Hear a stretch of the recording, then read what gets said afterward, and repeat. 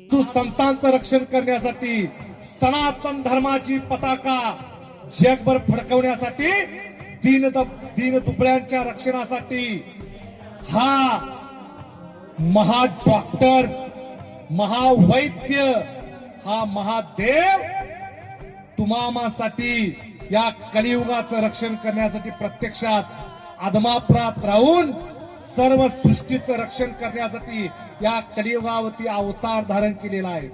आणि त्या देवाचं नाव आहे बाळूमामा.